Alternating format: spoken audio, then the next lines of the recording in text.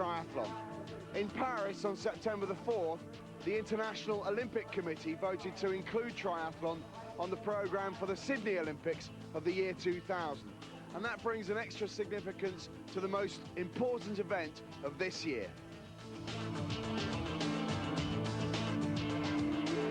The ITU Tour began in Japan in May and then followed a grueling schedule to the United States, Europe and South America. Last stop was Ixtapa in Mexico, close to where next year's World Championships will take place.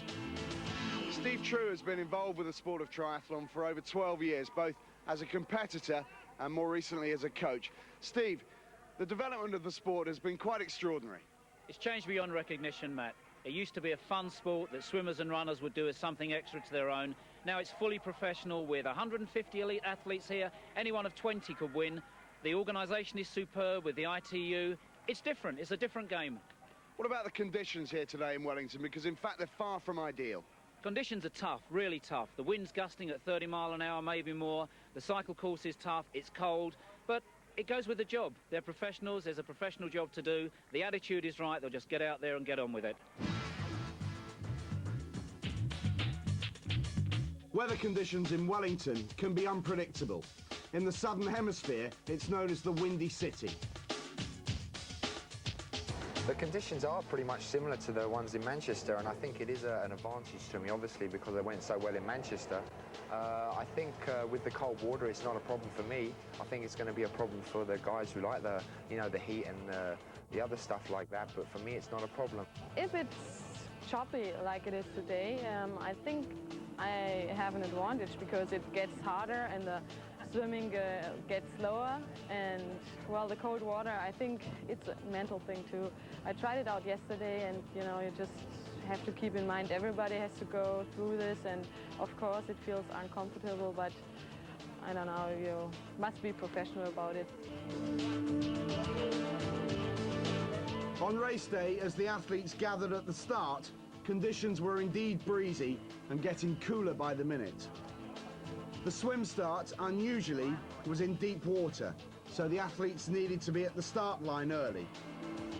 For the regular racers on the ITU Tour, this was the biggest challenge of them all. Greetings, world. As you can see, the weather conditions are far from perfect. The water temperature is hovering around 16 degrees, and there's a brisk headwind heading out onto those first 5 kilometers of the bike. The athletes will be wearing long-sleeve wetsuits, and many of them have neoprene hoods on as well. But the cold water will take its toll. Something as simple as snapping up the bike helmet and putting the bike shoes into the pedals becomes a real problem. However, these are seasoned professionals, and they know that they have to put all that aside and concentrate on the task at hand. The swim course is in Lambton Harbour, in front of downtown Wellington. As usual, 1.5 kilometres. The bike course leads them out onto the highway, which has been closed to all traffic for the day of the race. 40 kilometres. And finally, the 10-kilometre run. 2 laps along Oriental Parade.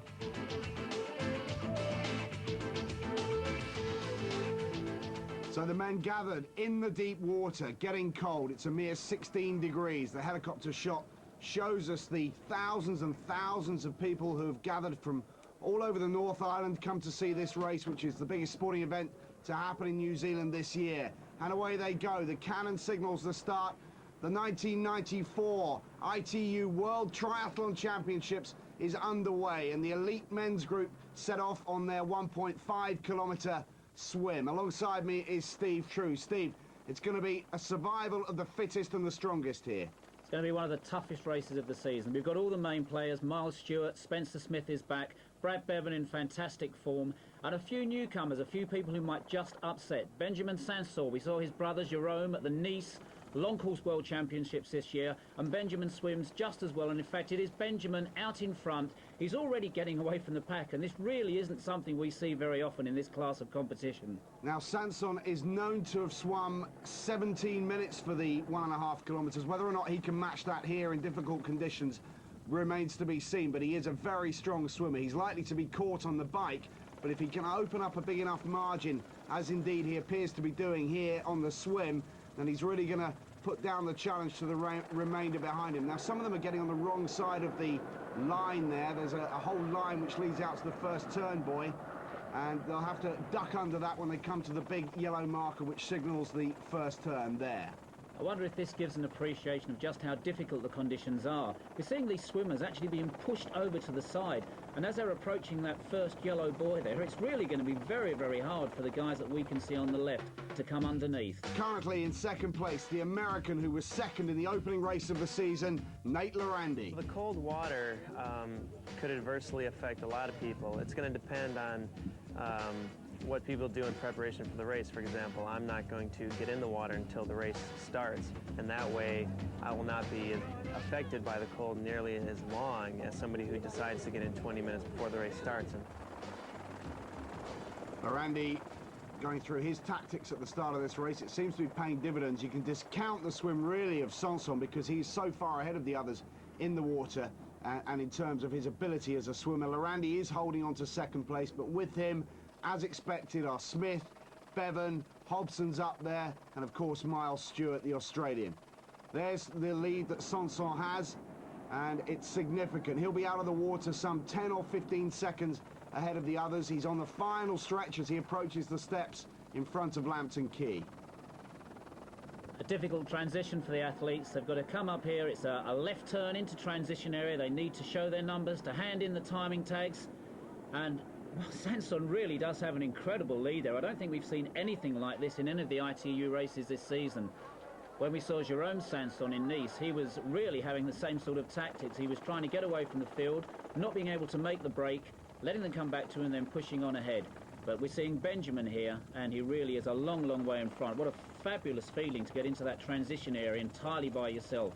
Now the clock is ticking away on the bottom left of your screen, and that is the time difference between Sanson and the second place man, and we'll confirm who that is because there's a whole bunch of them coming out together, but it looks to me like it's Nate Lorandi. Yes, it is. There's Lorandi arriving to take his wetsuit off. He hands in his timing tag, which is a bar-coded system, which is for the judges to confirm who's finished and who hasn't. And Lorandi makes his way now to his bike. Remember, the next stage, 40 kilometres. Well, just behind Lorandi, we can see Spencer Smith there, and then his nemesis this year, Brad Bevan. These are the two guys who really want to take this World Championship. Bevan's been there always. He's never won a Worlds. Spencer's had a bad season by his standards, but he desperately needs to defend this championship successfully. Sanson is out of transition and on his way, and the others are still putting on their helmets and collecting their bikes. Now there's a big rush to get out of transition. Lorandi's there. Spencer Smith is there. There's the Australians. That's Brad Bevan, the World Cup champion already without a world title. This is the one that means so much to Bevan, and he's right in there with a good chance at the moment. He leaves transition in third or fourth. Bevan is number 72. Number 77 behind him is Locke Volmerhaus. We last saw him on the ITU tour in Sion in Switzerland. And that's the leading group out of transition. There's Miles Stewart, former world champion. He's been out with injury. He's back, and he means business here, and he's not far behind the leaders. Stewart out of transition quickly. A lot of pride at stake for the Australians. Bevan, Stewart, great rivals. They've raced all over the world many, many times. Each of them wants it today. There's the number one Frenchman, Philippe Fattori, currently in fourth place in the World Cup standings. A very strong runner. But out in front, Benjamin Sanson of France. In second, Lorandi after the swim. Third is Smith. Bevan is fourth. And the Russian, Fyodor Filipov, is fifth. Well, we're seeing the chasing group now. You must remember it's a no drafting race. The World Championship's a no drafting race. And we're going to see the athletes in the chasing pack taking avoiding tactics, I'm sure. Benjamin Sanson leads, and he had that 30-second plus gap after the swim. But if you remember at Ixtapa, this is where Spencer Smith showed his awesome strength on the bike. He's riding a new bike. He's actually broken 13 bicycle frames this year, and he's finally found the one that suits him. We're going to be seeing Smith coming up soon, as I'm sure we will with Bevan. But at the moment, Sanson leads by 30 seconds. They're approaching the motorway. They're going to be up and down that 4 times, and then the race is really going to develop into a cat-and-mouse tactical play. Second place man at the moment is Britain's Spencer Smith, defending world champion, going for 2 in a row here. But he's got a little bit of work to do at the moment. And behind Spencer Smith is Australia's Brad Bevan, the World Cup champion. These two, the very best in the sport in the men's category at the moment. But this man still leads, Benjamin Sanson of France. Now the women are in the water getting ready for their start. That's Sonia Krolik of Germany, very strong and a threat. There's Jenny Rose, the World Cup leader, going for the World Cup title here today. And Rena Bradshaw, who we saw at the beginning of the season in excellent form, the Australian. There's Spencer Smith, currently in second. Bevan's behind him, and both of these are going in the hunt for Benjamin Sanson. There's the gap. You can see the two motorcycles between Sanson and Smith, and then just behind Smith is Brad Bevan. One of these two, Smith or Bevan, will be closing down. Back at the women's start. Well, the conditions are getting worse and worse here, and just as the women's go away, we can really see the waves beginning to develop. It's going to be a hard swim for Sonia Krolik. She won the European Senior Championship this year. She was 4th at the Worlds last year, and she actually won the World Juniors 3 times. But she's a self-confessed poor swimmer, and these conditions are going to be tough for Sonia. We'll have to see how she gets on. Back on the men's field, Sanson still has that lead, but it looks to me as if Spencer Smith, who we can see there chasing hard, is pushing an enormous gear. Looking at the cadence. Sabina Vesthoff is the leader in the water for the women. She's also in second place in the World Cup standings, so there's a battle going on today between her and Jenny Rose for the title of the ITU World Cup champion for 1994. Could go either way. Sabina, on paper, is the strongest swimmer, and she's proving that here. She leads the women's field as they approach the turn. Well, we've got Dominic Donner, the South African, in second place, and she's a specialist swimmer, first time in the sport this year. Smith is alongside Sanson, and he's about to take him. Yes, indeed. Now, we thought this would happen, but it's happened a lot quicker than expected. Smith has powered past the Frenchman. Remember, the Frenchman swam in 17 minutes and 9 seconds, and Smith was some 40 seconds or so behind, and he's caught that up and he's overtaken him. Back on the women's swim, it's still Vesthoff from Germany, leading through round that first buoy. Back on the men's field, it's Smith. And he really is pushing such a big gear. Sanson trying to get back on terms, but Smith's moving away. Yeah, Sanson's having a go, but Smith is such an animal on the bike, there's no way he's going to let the Frenchman come past him. Well, back on the women's field, we've still got Sabine Vesthoff leading, but she's gradually being hauled in now, it seems, by a group which we know includes Dominic Donner from South Africa, Nina Anisimova from Russia, and also Rena Bradshaw, who we saw featuring so highly early on this season. They are beginning to pull her in now after that early lead from Germany's Vesthoff. And this is Sabina Vesthoff, the leader in the women's race. She's been absent from the World Cup Tour for the past 2 or 3 races, which have been dominated by Jenny Rose, the New Zealander. And Jenny Rose has now moved into first position in the ITU World Cup standings. So it's going to be decided here today, the title for 1994. Well, we just saw Jenny Rose there on the swim, but back on the bike section, and it's Spencer Smith now. He's moving away from Benjamin Sanson, and Spencer's going to be in a position to see just how close his chasers are getting to him. Well, he's just seen Brad Bevan going up, and that's already 10 seconds that Spencer has, pushing this very, very big gear still. It was 55.11. We spoke about it at Starper, where he tried to get away from the pack. That was a drafting race, of course. This one isn't. But just in the background there, as they're going back up the motorway with Spencer already on his homeward descent, we're seeing these packs begin to form, and it's such a shame if the marshals don't get in amongst them and try and break them up. There's Wes Hobson. He's in the chasing pack. Wes, a good cyclist, a good swimmer. His running is what's let him down over the season. He did win the opening race of the year in a Maxa Japan. Let's see what he can do today. But he is up against the very best in the world. Hobson of the United States. There is a downside to this pack riding. The athletes get in, they're very loose, and it's almost as if they're lulled into a sense of security. And if they're not careful, Spencer's going to be able to break away from them before they realise it. He's focused, isn't he, Spencer Smith? Look at the determination on his face, concentrating 100%. He only has one thing in his mind, and that's to win this world title. And he started off very positively indeed. Back at the women's swim. Well, back at the women's swim, and we can see the difference taking place now. The early leader being caught by that chasing pack of 3, and Dominic Donner of South Africa taking the lead. She's a specialist swimmer. I was talking to a coach before the race, and he says he expected her to be up here, but it's her running which is almost certainly going to let her down, something they need to look at over the winter. Back on the men's race, here is the men's leader, Great Britain's Spencer Smith, the 1993 world champion from Manchester, now leading the pack here in Wellington. And he's going for 2 out of 2, and it's looking reasonably good at this stage. But behind him is Brad Bevan of Australia, and it's Bevan who poses the most serious threat to Spencer Smith's title challenge. He's currently in 3rd, and he's now hunting down Benjamin Sanson of France. And I'm sure it won't be long before Bevan moves into 2nd. Bevan is in quite startling form this year. He's won 6 races on the ITU circuit. The question is, has he overdone it this season? Smith has had a different build-up. He hasn't raced quite so much. And some people are saying that Bevan has just overdone it in terms of the amount of races he's run and, in fact, the amount of races he's won. Here's the leader in the tunnel, Spencer Smith of Great Britain. Well, I just think that Spencer's moving away from anybody. He's just completely riding his own race. He's not concerned about the people behind him. They're trying to avoid the draft zone. They're trying to get out of each other's way, make sure they don't get two-footed by the marshals. Spencer's got none of these worries. All he has to concern himself with is just how much he can hurt, how hard he can push himself. He's got the wind behind him now. I don't think he's actually moved out of that enormous 55.11 at all. Sanson's still in second place, but he's going to be already having doubts as to whether he can hold that form from the swim. Smith on this long climb now, still in the same gear. Absolutely phenomenal that he can hold this.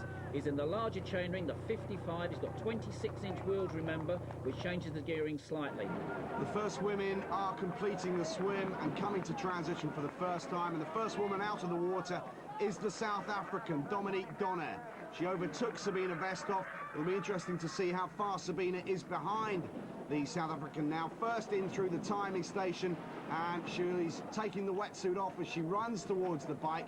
Transition speed, all important, because she wants to get out on the bike as quickly as she can. There's Sarah Harrow of New Zealand on the right. An amazing swim from the youngster. Haven't seen anything of her on the ITU World Cup Tour, but the Kiwi supporters here will be delighted with her early form. Westhoff, we just saw, but ahead of her is Rena Bradshaw. Bradshaw now ahead of Westhoff. Let's see who else is coming out. There's Gail Lawrence coming out. Now, she's been a regular feature on the ITU Tour, the winner in Bahia, Brazil. Gail Lawrence, an excellent cyclist, and this will be where she'll shine on the next stage. Gail Lawrence, we know, had a few medical problems coming into this race, an upset stomach, and she wasn't too sure about how much she'd be able to hold it through the race. But I'm sure she's going to be delighted to be up there on the swim. There's Rena Bradshaw leaving transition in 3rd place. Bradshaw, the winner of the opening 2 races. And there's Emma Carney of Australia, whose sister has already won the junior race this morning. And Emma Carney's swim time is extraordinary. That's one of the best swim times she's ever achieved. 10th place for her. She leaves transition. And only just behind Sarah Harrow, who beat her by 4.5 minutes just recently. Her swimming really has improved. So Emma Carney's a force to be reckoned with in this World Championship. There's Gail Lawrence. She leaves transition in 8th position after the swim. Good swim from Gail. Annette Pedersen of Denmark arriving. She gets out of the water in 15th position after the swim. There's Jenny Rose, World Cup leader, 23rd after the swim. So a little bit of work to do for Rose. Remember, she goes in search of the World Cup title in this race, so she needs to make up some ground here. Donna Dominique of the Republic of South Africa is first out of the water, ahead of the Russian, Anisimova. Rena Bradshaw 3rd, then Westhoff, then Anne Keat of New Zealand. And still no sign of 2 of the favourites, Karen Smyers and Sonia Krolick. They're yet to appear from the swim. The man at the top of the long climb on Brooklyn Hill is Spencer Smith, now completely in control of the men's race. He's got no one within sight of him. Benjamin Sanson is still in 2nd, but Bevan is right with him. You can see Bevan just behind him and closing fast, the Australian. Spencer's put 40 seconds into the field in less than halfway through the bike ride. He really has gone away. We knew he was going to go from the front. He's really made his play, and he's just absolutely dominating this race. Andrew Martin there beginning to move through, and we've still got that pack situation. But a glance behind there, are they going to catch him, are they not? What's he going to do? What's going to be his tactics in the race? Is he going to try and stay out there, or will he be content to get back in the pack? Brad Bevan of Australia is still in 3rd place, the most consistent triathlete on the tour this year, and indeed for the last 3 years, but still without that World Championship title. Okay, so there's no surprises on the men's race. 2 of our top favourites, Spencer Smith and Brad Bevan, led right from the start. But by kilometre 10, Spencer Smith had a 50-second lead on Brad Bevan. Bevan is about to be swallowed up by a chasing pack of over 30 guys. We've seen the draft busters out here, and there have been a few calls, but I think it's going to be pretty tough to separate so many guys on such a fast course.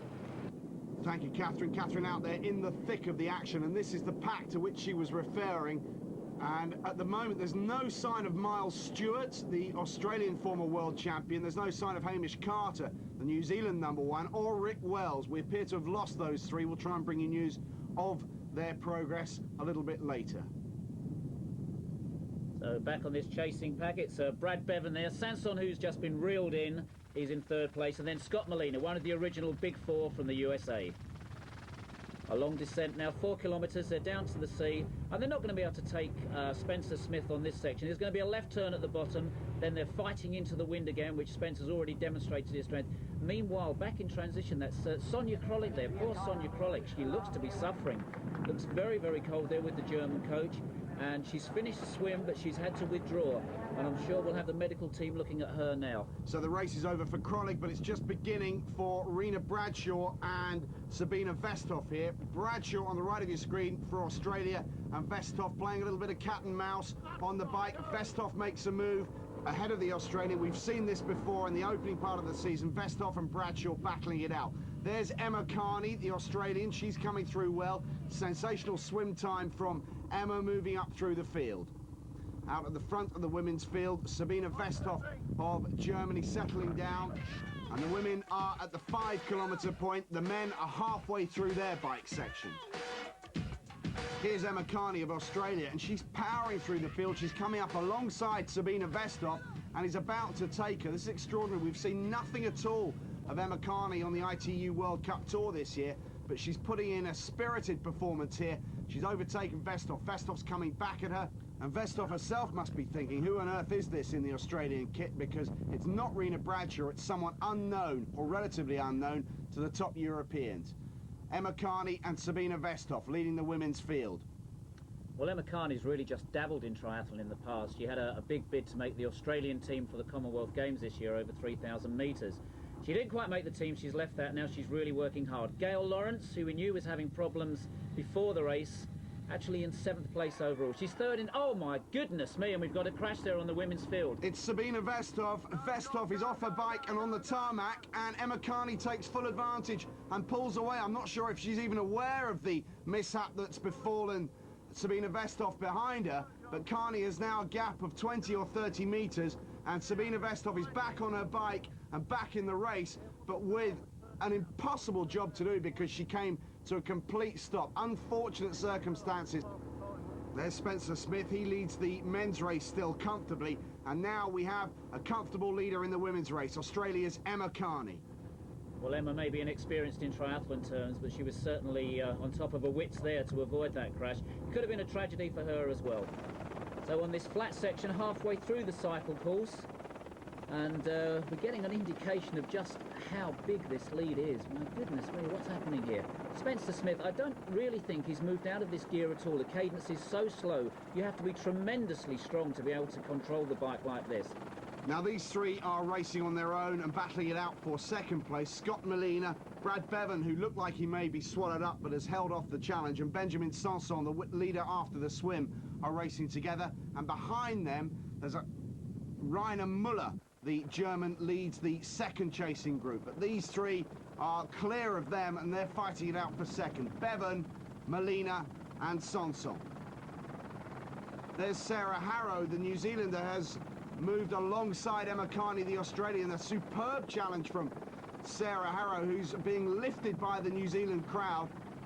She's a second streamer, really. She's by no means New Zealand's top women triathlete. That position belongs at the moment to Jenny Rose. But it's Harrow who leads the World Championships. Extraordinary stuff from her, Steve. She's really racing well. She was, of course, World Junior Champion last year, and although she's not had the benefit of the experience on the ITU World Cup Series, she is going to be good in the future. We're back on the men's field. We're up this long, difficult slope now, coming away from the sea. They're heading back into Wellington, the town itself, and we've still got Spencer in splendid isolation. We saw him do this at Manchester last year, where he just swum, cycled and ran away from the field. He's doing exactly the same here. He's in a world of his own, he's in a race of his own, and quite honestly, he's in a class of his own.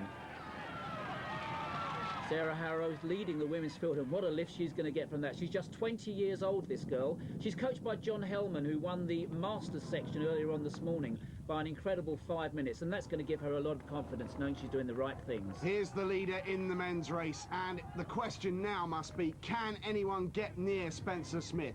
He's led from just after the first changeover from the swim to the bike, and he's just accelerated and pulled away. The gap is enormous now, and Smith shows no signs of letting up the pressure. He's focused, He's gritting his teeth and he's just powering away. We've barely even seen him out of the saddle. His fitness is at an all-time high. And Sarah Harrow on the hill displaying that her fitness is really tremendous as well. She's gone right past Emma Carney, who's desperately trying to get back to keep in contention. Emma, of course, the better runner of these two, but Sarah on home territory with everything to go for. And a man with absolutely everything to go for. He's still pushing this gear. He's out of the saddle possibly for the second or third time only. He's not too far away from the transition now, just looking behind and checking. He's got this final motorway section. He'll be back down to the harbour and he's going to be greeted by tens of thousands of people cheering through. Here we've got the chasing group. They're determined not to let him get away, but I don't think that they're going to be able to catch him now. Yeah, Spencer Smith is in full control of the 94 World Championships. He had a look over his shoulder a while back, but there was nothing to look at. There's no one there. He is racing entirely on his own. Smith, the Briton who won in Manchester last year, looks fairly comfortable to make it 2 out of 2. Well, that second pack, the small pack of 3, seems to have been swallowed up now, and they're all going to be in contention. Maybe not for the gold medal, but for the silver medal. And what a fight we've got on here, the Australian and the New Zealander. Emma Carney has pulled her way and fought her way back to the front of the field, past Sarah Harrow. And who'd have thought it? The form book would never have suggested that these two would be leading the race. Now let's have a look between Smith and the chasing pack. The clock on the bottom left of your screen telling us the advantage that Smith has, and it's enormous. Smith with over a minute lead there, and there's not too far to go on this fight now. They're more than 2/3 the way through, and it really seems to me as if this pack isn't making an effort. Surely they must be. Surely it's the most important race in the world. They're just cruising along. Let's hear what Catherine has to say. I don't want to make any predictions, but Spencer Smith has a 1-minute lead on the field. He's doing what he does best now. He's got 20 kilometers of flat, windy course to go, and he's pushing a big gear, and he knows he's got it in the bag if he can keep up on the run. 1 minute behind them, we have all the favorites grouped together, 15 men all together. They're pretty close. It looks like there's a lot of drafting going on, but there's not much they can do. The road's narrow, and there's a lot of them together. I think what they're doing is just staying together because they know that the guy who gets off the bike with the freshest legs can race for second place. Thank you, Catherine. Now, the thing that occurs to me is the drafting law has gone completely out of the window. How can they possibly enforce or judge the drafting law here? Emma Carney is the leader in the women's race. She's pulled away now from the New Zealander, Sarah Harrow, and she's going quicker and quicker and accelerating and opening up an even greater gap. Her teammate, Rena Bradshaw, is dropping back and is now in 9th, and that's Gail Lawrence, the winner in Bahia, Brazil. But back at the lead, Emma Carney there, she really put it to the rest of the field on the difficult ascent. She's a very, very light girl, very lightly boned, obviously from her running background. Here's a man who's very big boned and very big in the talent department. Spencer Smith, still going further and further away. He's on this final section of motorway. He'll be coming down the slight incline now, and then he's going to be greeted by this enormous crowd again. Nobody has successfully defended a man's senior world title. We could be seeing it here today. Smith takes the time to get some liquid down him, throws away his water bottle just to give himself a little bit less weight on the bike. A tiny amount of difference that'll make, but it's all important. Well, we've got a new second placer here, and here's a man who's taken advantage of that pack playing cat and mouse. Thomas Kochar from the Czech Republic in an unexpected second place. The pack round the turn. This is where we saw Sabina Vestov crash earlier, and there's a danger of that happening here with so many men's grouped so tightly together. Again, you have to question the whole drafting law. It looks no different to the races where drafting has been legal. Here's Sabina Vestov, 12th place now. Remember, she crashed out. There appears to be no major damage to Sabina, but possibly mechanical trouble. Yeah, she's certainly not getting the cadence from the bike there that you would expect from her. Mechanical problems are hampering Sabina Vestov's challenge. Meanwhile, at the front of the field, Emma Carney of Australia is in control and looking comfortable and relaxed and focused. Well, Emma Carney, she's on this very short flat section down by the sea. She's got another climb. And meanwhile, on the men's, we've got Scott Molina, one of the original greats in triathlon, and he's back in the big time. He's having a tremendous race now. He's moving past that group, just trying to break up slightly. He's a good runner, maybe not the best, but he's certainly in contention. Emma Carney leading the women's field, and what a day this would be for the Carney family if Emma could hold this on until the end of the race because her sister won the women's junior race earlier. And Spencer Smith is approaching transition for the final leg. Here he is, Smith, along the harbour to the roar of the crowd. He's got over a minute advantage. His feet are already out of the shoes attached to his pedals, and he slowly comes to a halt off the bike and doesn't even stop. The momentum keeps going, and Smith fairly sprints into the transition area. What a performance. This, providing he gets it right from here on in, looks like it could be the perfect transition. This is the leader, Spencer Smith of Great Britain, the defending world champion, with 10 kilometres to go to successfully defend his title. On with the running shoes. One of the officials just pointing out that he hasn't put his bike in exactly the right place. That won't cost him too much time. Away he goes. Spencer Smith powers out of transition. 10 kilometres between him and the 94 world title. What an athlete. What an athlete indeed, and what a trade-off he's got to think about. But Thomas Kochar from the Czech Republic in an unexpected second place. He's not the strongest runner, Thomas, but he's in the position now with a few seconds advantage. Here they come. All the favourites coming through. Brad Bevan from Australia, he's the man to fear. He's been duelling with Philippe Fattori from France throughout the ITU World Cup Series, and he's going to be the man, if there is one, who can catch Spencer Smith. I don't think he can do it, but he's the man with the strength who possibly can.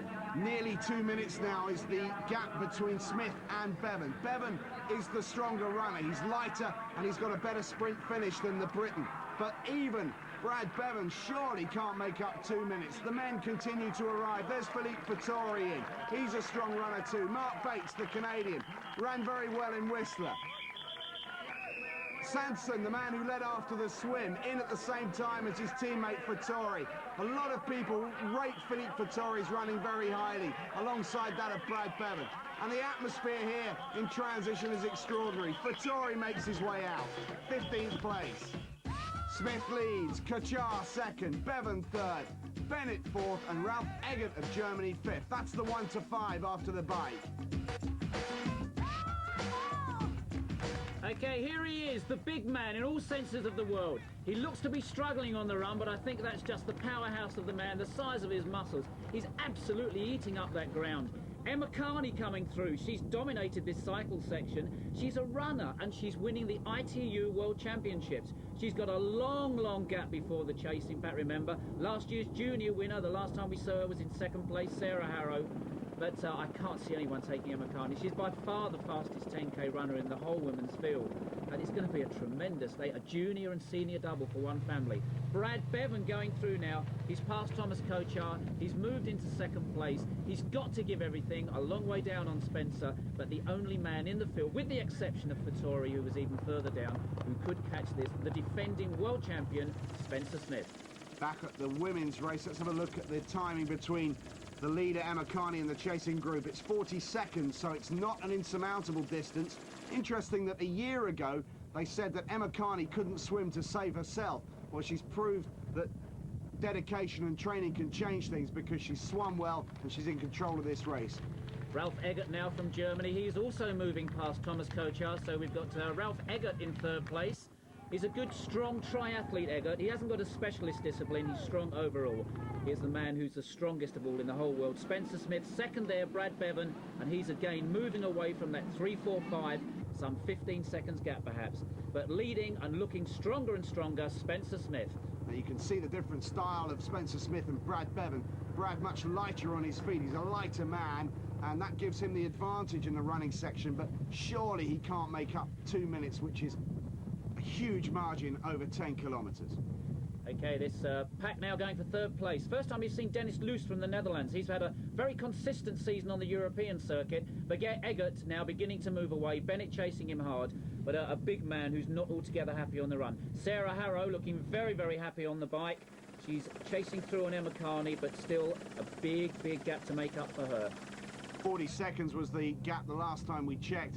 Emma Carney is leading. Sarah Harrow is second. This lady, Annette Pedersen, is in third, the Dane. We've seen great stuff from Annette on the European circuit so in the past. Now she's performing well on the world stage. But this young lady, Emma Carney, leads the women's race. Who'd have thought it? The form book would never have suggested that it would be Carney, Harrow, Pedersen, the 1, 2, 3. but that's the way it stands as they approach transition. Well, here comes Spencer Smith now. He's heading back. He's made that first turn.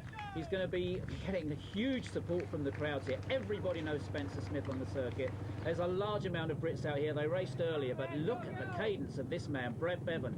Brad Bevan, who was almost 2 minutes behind on that final transition, but with every single stride does seem to be making inroads into Spencer's lead.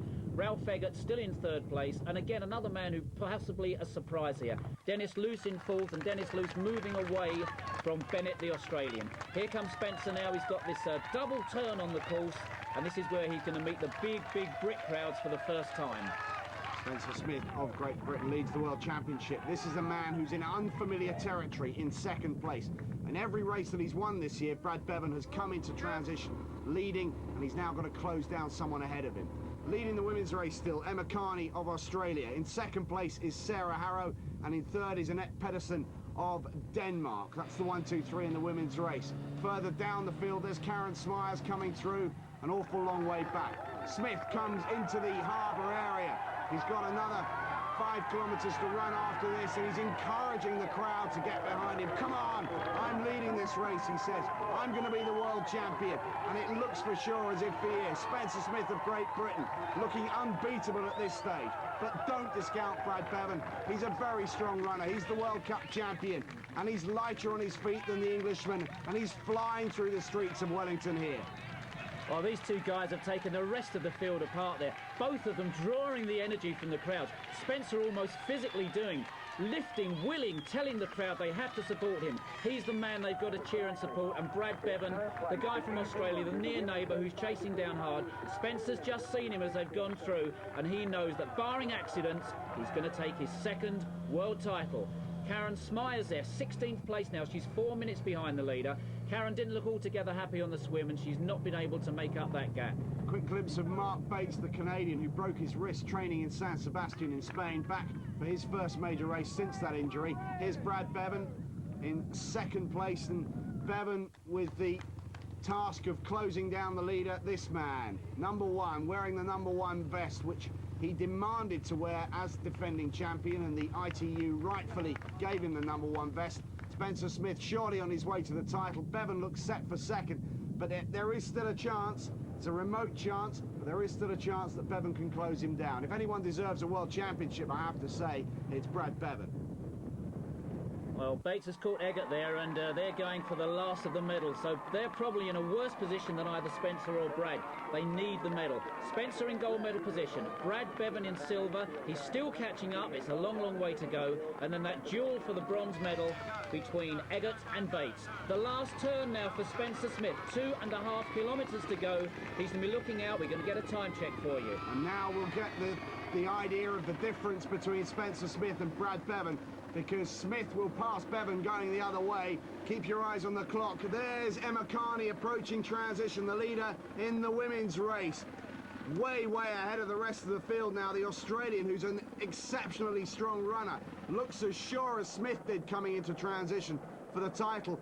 Bevan and Smith cross. Smith heading towards home. Bevan still coming out towards the final turn. You can see the difference in the styles, and that's the way it looks like it'll finish to 1-2. It's not over yet, though. Into transition comes young Emma Carney to hang up her bike and head out on the 10-kilometre stretch to round off her 94 World Championship challenge. Well, Emma Carney with a long lead, just to Spencer Smith, ticking over now to a minute.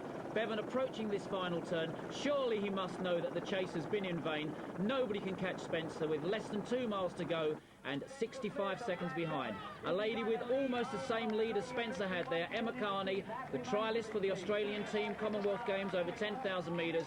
Best of the disciplines now, the 20-year-old Sarah Harrow from New Zealand in second place. She doesn't like running, she's not happy on it. She's improved tremendously, but the junior to senior transition is very difficult.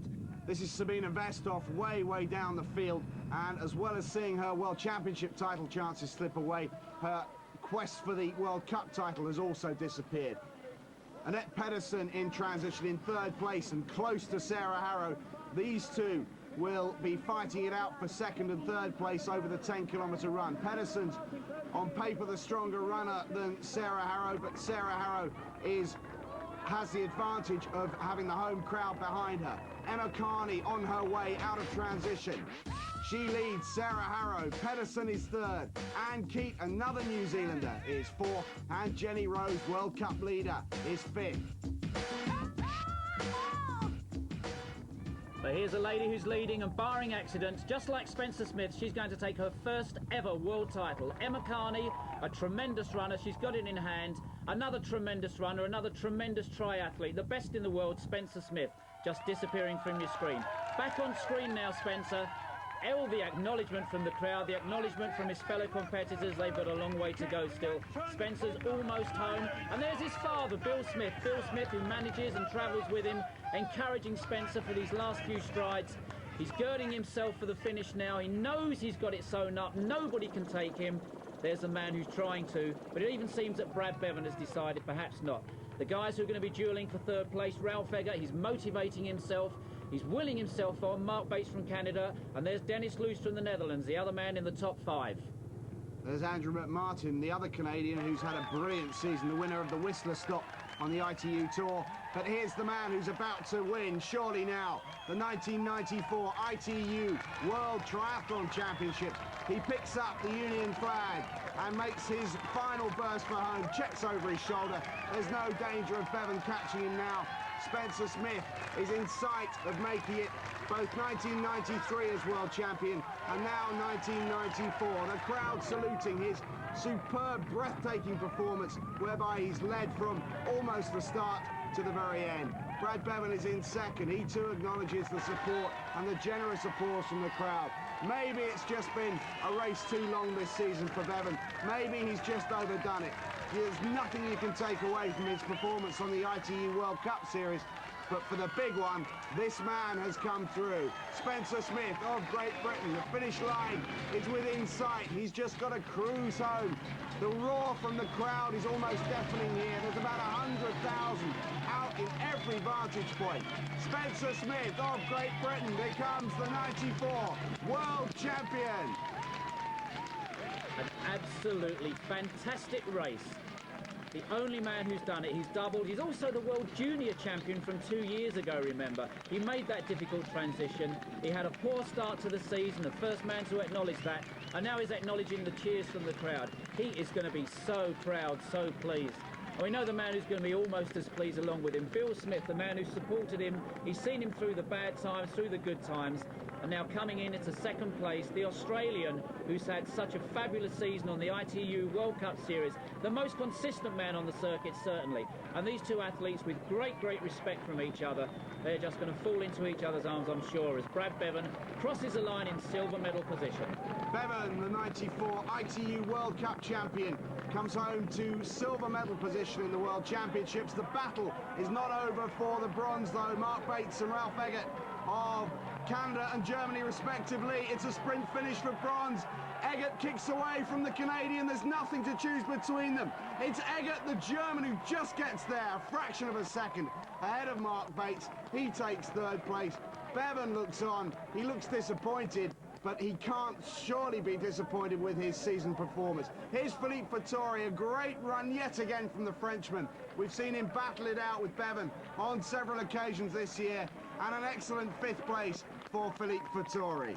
Fattori moving up from 15th at the end of the cycle. And the men's result: first, Spencer Smith, Great Britain, 1 hour 51:04. Second, Brad Bevan, Australia. Eggert from Germany, third. Bates, Canada, fourth. And Philippe Fattori, fifth.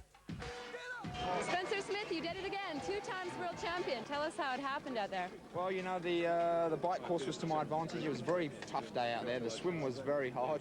The bike was even harder. It was so windy out there, but I just managed to get away and keep powering, and that was exactly what I managed to do. I mean, it was so hard and windy that I think it was to my advantage, though. Is there any special person that you attribute all this win to? Anyone who supported you out there the whole way through? Well, you know, it's been a very hard year. It's been a very tough year. And I've got to attribute most of that to my father. And father?